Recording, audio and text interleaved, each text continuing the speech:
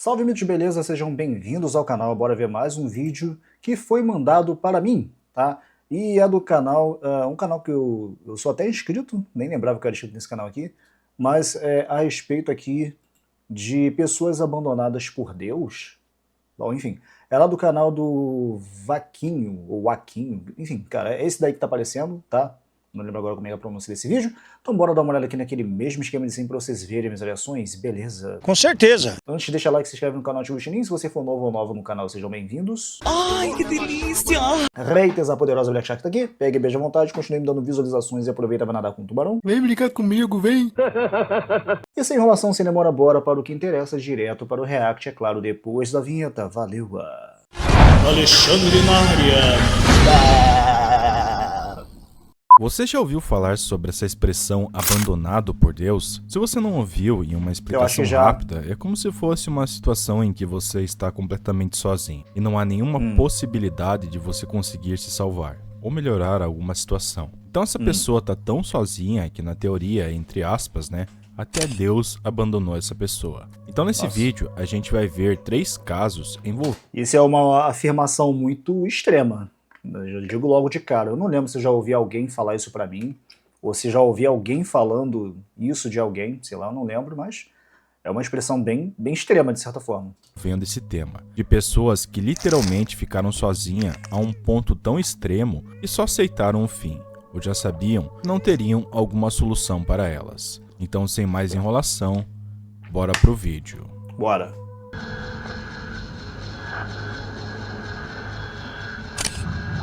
Stephen Slevin.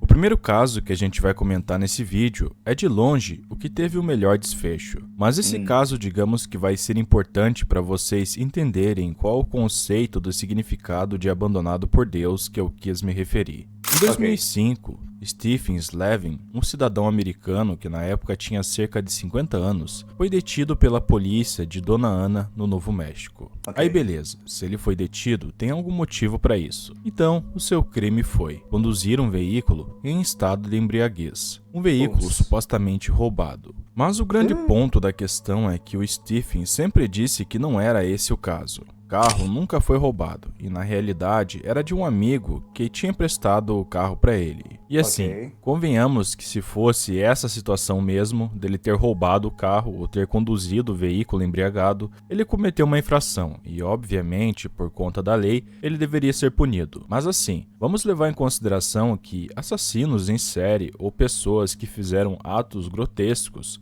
às vezes têm uma punição de prisão perpétua ou algo assim. Mas ainda assim tem a condição de viver como ser humano, comer, dormir em uma cama e tudo mais. Não digo que dirigir bêbado ou roubar um carro não seja um crime para ser preso, mas comparado a alguém que assassinou uma pessoa, o peso do crime muda. Então no caso dele, as coisas só pioram a partir desse ponto. Depois de ser levado para a cadeia do condado, Stephen passou por avaliações que revelaram que ele sofria de depressão profunda e tinha um histórico de tentativas de suicídio. Então, levando isso em consideração e avaliando o comportamento que levou ele a cometer seus crimes de pegar um carro e dirigir de forma imprudente, os policiais decidiram colocar ele em isolamento dos outros presos. Mas acontece que não era um simples isolamento. Eles colocaram ele em isolamento total. Slevin foi levado para uma cela onde ele ficou completamente isolado do mundo e até mesmo da luz do sol. De acordo com algumas fontes, ele ficava nesse estado por 23 horas das 24 horas do dia. Ou seja, ele tinha apenas uma hora onde ele conseguia pelo menos ver uma luz ou algo assim. Depois disso, ele permanecia em sua cela sem luz ou contato com pessoas durante todo o resto do tempo. E não foi um dia ou 2 dias assim. Isso aconteceu em um período que se estendeu por mais de 22 meses. E eu quero que você reflita o que isso significa. Acredito que seja do conhecimento de várias pessoas que estão assistindo esse vídeo aqui, ou pelo menos uma intuição, e a pior coisa que pode ser feita com uma pessoa nas condições mentais de Stephen, com depressão e todo o histórico passado, é deixar ele sozinho com seus pensamentos. A mente, sem dúvida, é o pior inimigo de quem tem problemas desse tipo. Agora, imagine isolar alguém nessas condições por dias, semanas e o pior, meses. O resultado desse isolamento é que Stephen começou a definhar ainda em vida. E não, eu não estou me referindo a uma metáfora. Ele permaneceu naquela cela entre agosto de 2005 até junho de 2007, totalmente jogado pelo irresponsável pessoal daquela penitenciária. Quando finalmente ele foi retirado do confinamento, era possível perceber como essa punição tinha deteriorado totalmente sua saúde física e mental. Stephen não apenas perdeu peso, 22 quilos para ser exato, mas o cabelo dele, a barba e as unhas cresceram de forma totalmente desleixada. Sua pele começou a apresentar fungos, enquanto algumas úlceras se desenvolveram dentro do corpo dele. Os dentes dele também começaram a apodrecer, e no pouco tempo em que ele foi supervisionado pelos policiais, ele chegou a mostrar uma necessidade urgente de um dentista, algo que, como você deve imaginar, os oficiais ignoraram. Isso levou Stephen a arrancar um dente por conta própria. Sua mente estava só o pó. Ele começou a desenvolver delírios de perseguição, começou a demonstrar um pavor de fechar os olhos e mostrava um medo profundo de qualquer pessoa que se aproximasse dele. O caso veio à tona em dezembro de 2008, quando chegou ao escritório do advogado Matthew Coit. E tudo isso graças à irmã de Stephen, que havia descoberto tudo o que tinha acontecido. Ela sempre enviava cartas e dinheiro para a prisão, mas por viver do outro lado do país e ter uma relação distante com o irmão, isso dificultou a descoberta da verdade. O advogado Matthew então iniciou uma investigação, revelando uma série de irregularidades no caso de Stephen. Para começar, sua avaliação psicológica inicial foi feita por uma doutora totalmente questionável, e tinha um histórico de denúncias fraudulentas. De alguma forma, também eles conseguiram descobrir sobre o pedido ignorado de Stephen relacionado ao atendimento odontológico. Também descobriram que, em maio de 2007, as autoridades da penitenciária já estavam cientes da deterioração de Stephen e decidiram transferir ele para o hospital psiquiátrico. No entanto, depois de se recuperar um pouco em 2 semanas, ele foi devolvido para a prisão, nas mesmas condições. O condado defendeu o tempo todo a conduta do pessoal da prisão, mas as evidências reunidas pelo advogado foram contundentes, e ele processou o estado do Novo México, o diretor da prisão e o médico responsável. Todo esse processo levou vários anos. Nesse período foram feitas reformas do funcionamento das prisões daquele estado. O caso de Stephen, que ficou conhecido como o caso do pior tratamento em uma solitária, forçou a revisão e substituição de protocolos e funcionários. Para você ter uma ideia, algo que Matthew Coit expôs em seu caso foi a impossibilidade dada pela lei do Novo México de garantir um tratamento digno aos presos. A Lei de Reforma de Litígios Penitenciários de 1996 ordena que as ações federais de presos sejam rejeitadas, a menos que eles esgotem o longo e muitas vezes injusto processo de queixas internas. Além disso, há uma taxa federal de $400 para a abertura de processos, que os presos devem pagar em parcelas, mesmo que muitos ganhem menos de $1 por hora trabalhando. Muitos tribunais estaduais têm regras e taxas semelhantes. Isso soma ao fato de que quase nenhum advogado está disposto a aceitar o caso de um preso, já que isso não gera lucro. No caso de Stephen, somente em 2013, um tribunal decidiu ficar a seu favor, ordenando o pagamento de $15,5 milhões como compensação por tudo que ele passou. Inicialmente, Matthew havia solicitado 22 milhões, 1 milhão por cada mês que ele passou confinado, mas o valor foi parcialmente reduzido. Quando perguntaram a Stephen Living o que ele achava de tudo o que viveu, ele disse que simplesmente não conseguiu compreender por que os policiais agiram daquela forma. E isso, de fato, nunca teve uma resposta. Eu acho bom comentar que é óbvio que quando você comete um crime, você tem que pagar por ele. Mas no caso de Stephen, será que dado a ficha criminal dele, era realmente necessário tudo isso? Como eu mesmo comentei, tem assassinos que pegam apenas perpétua, mas tem a possibilidade de socialização e pelo menos pegar a luz do sol durante o dia. Essa punição, no mínimo, seria adequada se a pessoa fosse um monstro dos infernos mesmo. Eu cheguei a ver em um artigo na internet onde comenta que Stephen acabou se tornando milionário, mas sem dúvida, a mente dele deve ter sequelas até hoje. Então, reforçando, todo mundo pode ter sua própria opinião sobre o castigo que as pessoas presas merecem. Mas o caso específico de Stephen foi, sem dúvida, desumano. Bom, vamos lá, deixa eu falar um pouquinho aqui desse daí. Pô, obviamente, injusto pra caraca.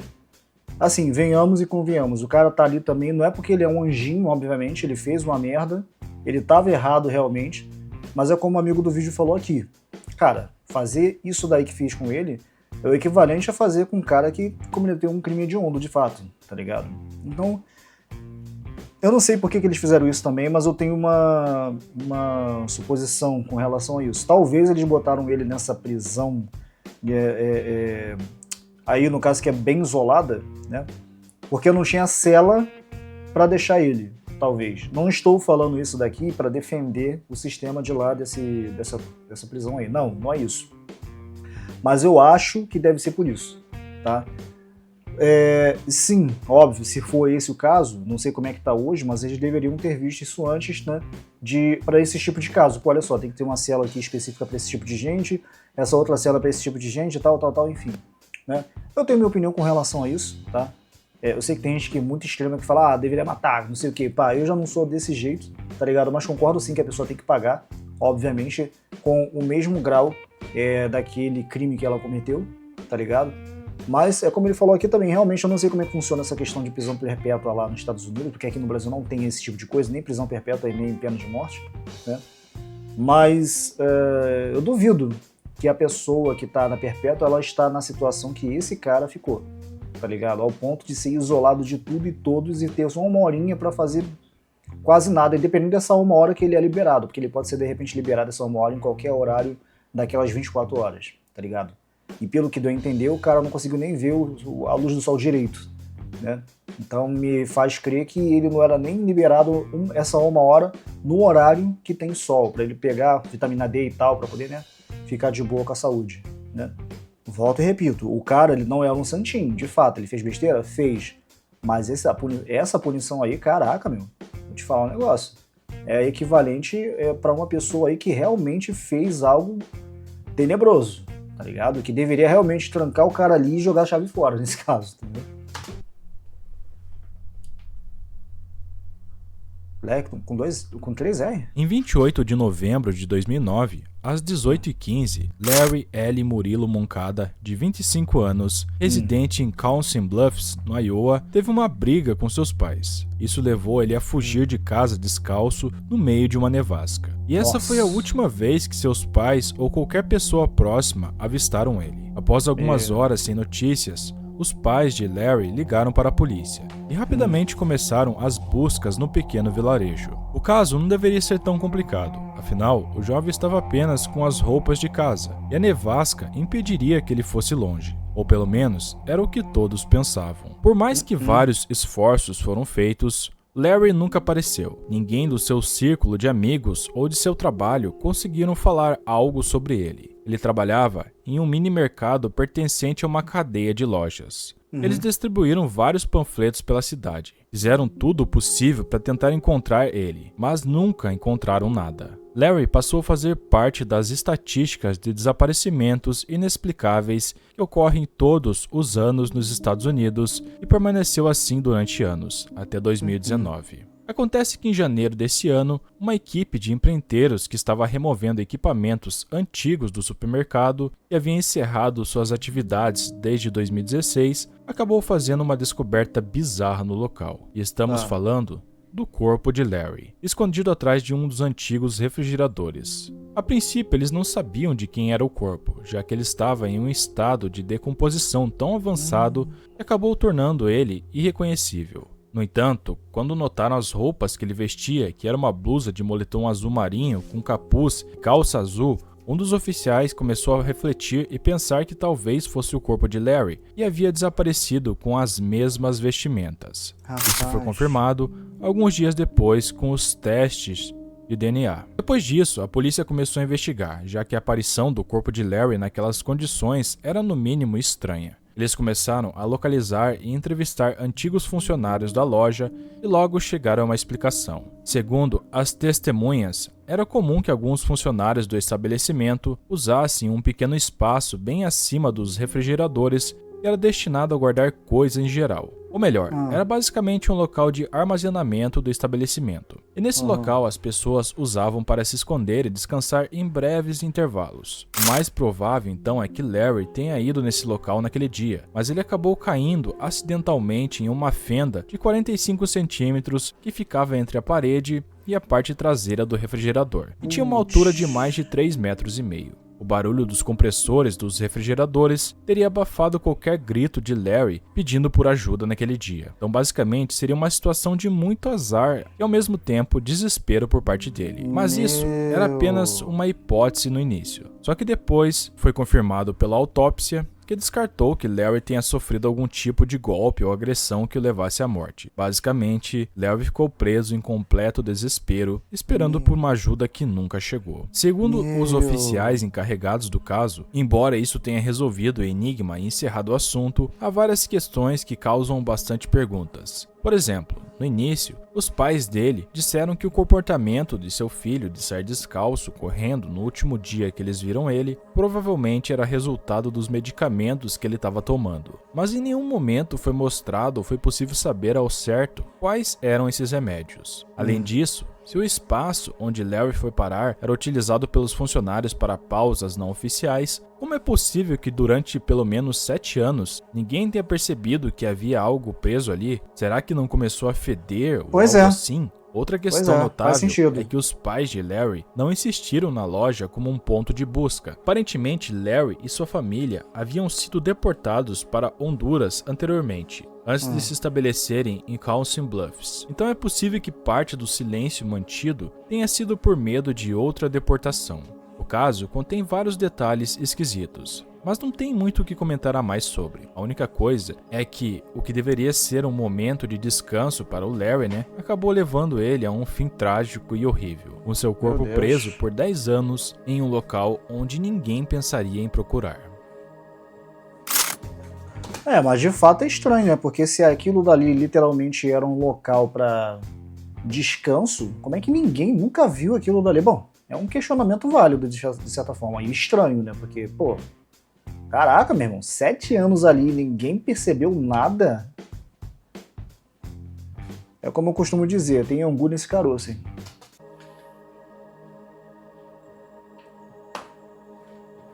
Bom, esse caso aqui eu lembro de vagamente ter comentado em algum vídeo que eu fiz. Eu até tentei procurar aqui, mas eu não achei. São tantos vídeos aqui no canal que eu até me perco. Mas mesmo comentando sobre, eu acho importante falar sobre ele, porque é um caso que se encaixa totalmente na proposta desse vídeo. Então se você já viu, fique à vontade para pular, mas se você não viu ou quer ver de novo, fica aí. Em 2006, o britânico David Sharp, o alpinista experiente que já havia escalado o topo de alguma... Eu não lembro se foi nesse canal. Eu acho que eu já vi sobre esse cara aí, que ele ficou preso entre 2 rochas, se não me engano, não é isso? Aí teve que amputar a própria mão, uma parada assim.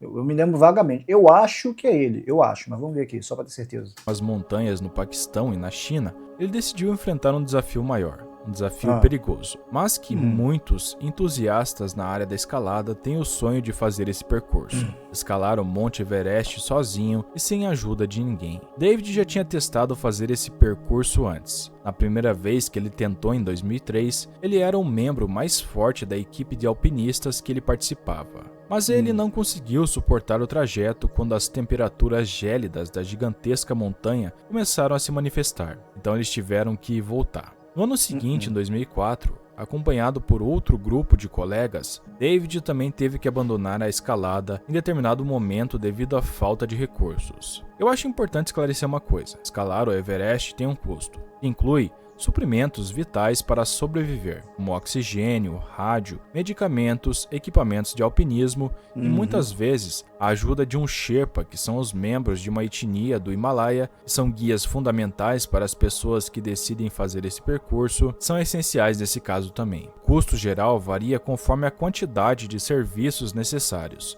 o tipo de expedição e o nível de apoio solicitado. Mas só digo uma coisa: não é nada barato. Então talvez esse seja um dos motivos que David começou a planejar realizar o percurso da maneira mais econômica possível, como uma forma de provar suas habilidades, que naquele momento já se encontravam bastante desenvolvidas. Então em sua terceira tentativa, em 2006, Com o auxílio da Asian Trekking, uma antiga empresa de montanhismo do Nepal, Sharp decidiu que chegaria ao topo do Everest sem utilizar oxigênio suplementar, pagando apenas $7.000 por um pacote que não incluía assistência. Algumas fontes na internet que relatam que um colega experiente que costumava organizar expedições ofereceu a Sharp um pacote para realizar a expedição por um preço 50% mais barato do que era cobrado normalmente, mas ele também recusou essa ajuda. Antes de partir para o Nepal, David disse à sua mãe que ela não deveria se preocupar, porque tudo sairia bem. Ao chegar no local,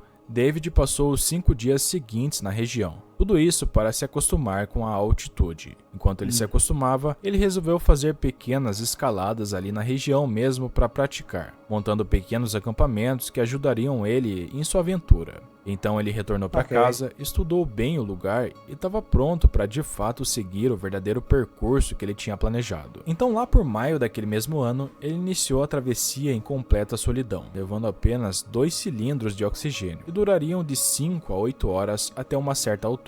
E essa seria a última vez que David foi visto com vida. Ninguém sabe o que aconteceu lá em cima, na verdade. Não, eu confundi, não é ele não. Eu pensei que era outro maluco aí que também fez uma parada parecida e perdeu a morte, que não sei se foi feito um filme. Sei lá, eu sou péssimo com o negócio de nome, mas enfim. Putz, esse daí eu não sei não. Esse daí... Nem tem como saber, mas como você deve imaginar, algo não deu certo e David não conseguiu completar seu percurso e voltar para casa. Até hoje tem algumas discussões na internet com questionamentos em relação se ele conseguiu alcançar o topo. Mas a real é que ninguém até hoje tem a menor ideia de quando seu corpo começou a perder o sentido pela falta de oxigênio, ou se o maior problema foi as temperaturas de 30 graus negativos, ou se aconteceu sabe Deus o que mais. A única informação mais preciosa nesse caso é que, em algum momento entre 15 e 18 de maio, cerca de 40 alpinistas que faziam sua própria travessia avistaram uma figura sentada em uma cavidade em um terreno instável, onde seria muito difícil prestar socorro. E é nesse momento em que um Sherpa entra em ação. Ele foi alertado sobre esse avistamento. Então ele foi até o local e encontrou o corpo de David completamente congelado. Ele tentou prestar os primeiros socorros por mais de 1 hora, mas não conseguiu obter nenhum resultado. David havia se tornado mais uma vítima do Everest. Um detalhe é que onde o corpo dele foi encontrado foi em um local muito próximo de uma área cercada por corpos de outras pessoas de épocas passadas. E seria bem fácil criticar David por fazer algo que para muitos seria uma negligência óbvia, mas esse tipo de imprudência parece ser mais comum do que se imagina.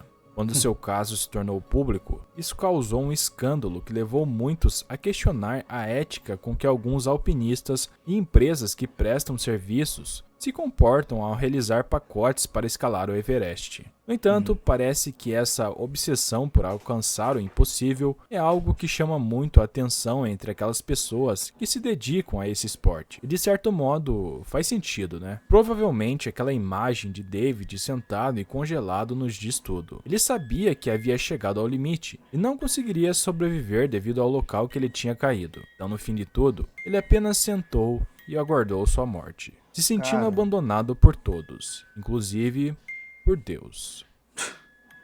Mas e aí? Vocês já ouviram falar sobre alguns desses casos que eu comentei nesse vídeo? Comenta aí embaixo. Não esqueça de se inscrever e deixar um like caso você tenha gostado. Jesus abençoe a vida de vocês e até a próxima.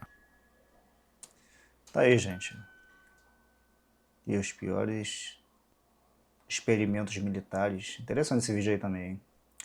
Bom, tá aí, gente. Esse daí foi o Vaguinho, é assim que fala? Cara, eu sou péssimo para pronúncia. Vaquinho, no caso, né? Bom, tá aí. Mais um vídeo que, mano, é bem pesado de certa forma. Esse último aí, eu sinceramente, eu pensei que era um caso, mas é outro que... O outro que eu falei, que eu mencionei, eu acho que o cara saiu vivo ainda, mas esse... Desculpa, esse daí não, né? Mas, cara, voltando ao título do vídeo, que é pessoas abandonadas por Deus, vocês já tinham ouvido e tal. Não, eu nunca ouvi essa expressão, como eu já tinha falado. Mas eu não acho que no caso desses caras aí, seja a questão de, Deus abandonou, poxa, por que Deus isso, por que Deus não fez aquilo? Primeiro que Deus, ele não é o nosso garçom, né? Segundo que, assim como nossos pais, eles nos avisam das coisas, né? Filho, não faz isso porque isso aqui é perigoso, não faz assim porque isso aí pode te machucar, não faz desse jeito porque senão tu pode sofrer um acidente ou algo do tipo. O filho, que muitas das vezes já é grandinho, tá ligado? Já é adulto, né? Faz aquilo que ele quiser, tá ligado? Não vai dizer que o pai não avisou, ou a mãe não avisou. Mesma coisa Deus, tá ligado?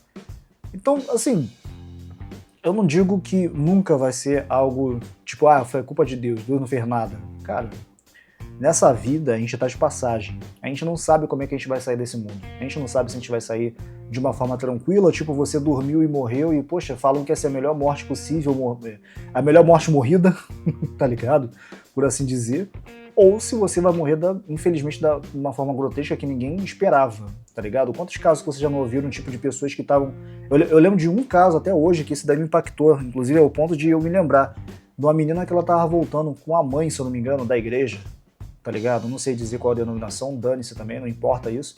Mas ela tava voltando de um lugar que, poxa, ela tava indo lá pra orar, entendeu? Pra aprender da palavra, creio eu, junto com a mãe dela. E o maluco assalta ela e a mãe dela. E leva tudo. Leva inclusive a Bíblia dela. E a garota fala, olha só, tem como você pelo menos deixar a Bíblia comigo? O cara volta e dá um tiro na cara dela. Assim, é um caso antigo, eu já ouvi, já tem um tempinho já, tá ligado? Eu acho que eu nem era casado. Mas isso me impactou de uma forma que eu fiquei, caraca, mano, como que o ser humano não presta, né, mano?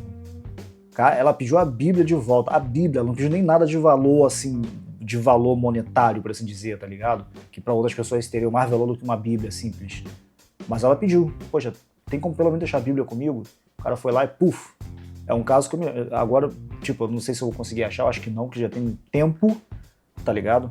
Mas é esse tipo de coisa aí. Como é que ela saberia que ela ia sair desse jeito? Uma menina que nunca, de repente, foi envolvida com esse tipo de coisa, tá ligado? Porque vocês sabem que tem mulheres que são envolvidas com vagabundo, tá ligado? Que muitas das vezes morre pior do que isso daí, de uma forma pior do que ela morreu, mas ela morreu desse jeito, tá ligado? Uma pessoa que, pô, tá ligado?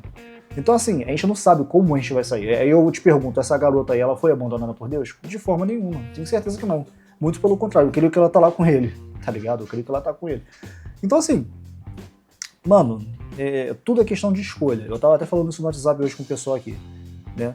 É tudo questão de escolha que você faz nessa vida que vai influenciar negativa ou positivamente. Ponto. Deus, seu pai, sua mãe, seu amigo, namorada, dane-se. Ninguém tem culpa daquilo que você escolhe fazer. O primeiro caso que o cara mostrou, que o maluco foi preso. Poxa, foi injusto? Pra caraca, sem dúvida foi injusto. Mas quem escolheu tá ali? Foi ele, porque ele decidiu beber e dirigir e fazer besteira. O carro não era roubado, beleza, mas mesmo assim ele dirigiu embriagado. Sofreu o que sofreu. O outro rapaz brigou com os pais. Ele poderia ter ficado em casa, pelo menos mesmo brigado com os pais, mas poderia ter ficado em casa. Tava nevando, mas ele decidiu sair na birra, 25 anos de idade fazendo birra. Saiu, infelizmente morreu. O outro cara também, a mesma coisa. Ele escolheu, ele decidiu subir o Everest. Não foi Deus que mandou ele subir lá. Não foi a mãe, não foi o pai. Os pais, estavam preocupados com ele. Aí falou, não se preocupa não. Eu sou profissional. Morreu. Então, assim, eles escolheram estar naquela situação. Não tem nada de Deus, não tem nada de família, não tem nada de... Não, eles escolheram. A escolha deles levaram a eles a finais, infelizmente, trágicos. Da mesma forma que eu e você pode, infelizmente, um dia acontecer também. A gente é falha, é ser humano. A gente pode fazer uma escolhazinha que, infelizmente, aquela coisinha pequena que a gente escolher de errado pode fazer a gente sofrer uma situação grave até. Né? Que Deus nos livre disso, mas a gente não tá livre enquanto a gente estiver nessa vida. Bom, é isso, gente. Vou ficando por aqui, vou deixar o link desse vídeo na descrição. Muito obrigado a todos, aguardem mais vídeos, até a próxima e valeu!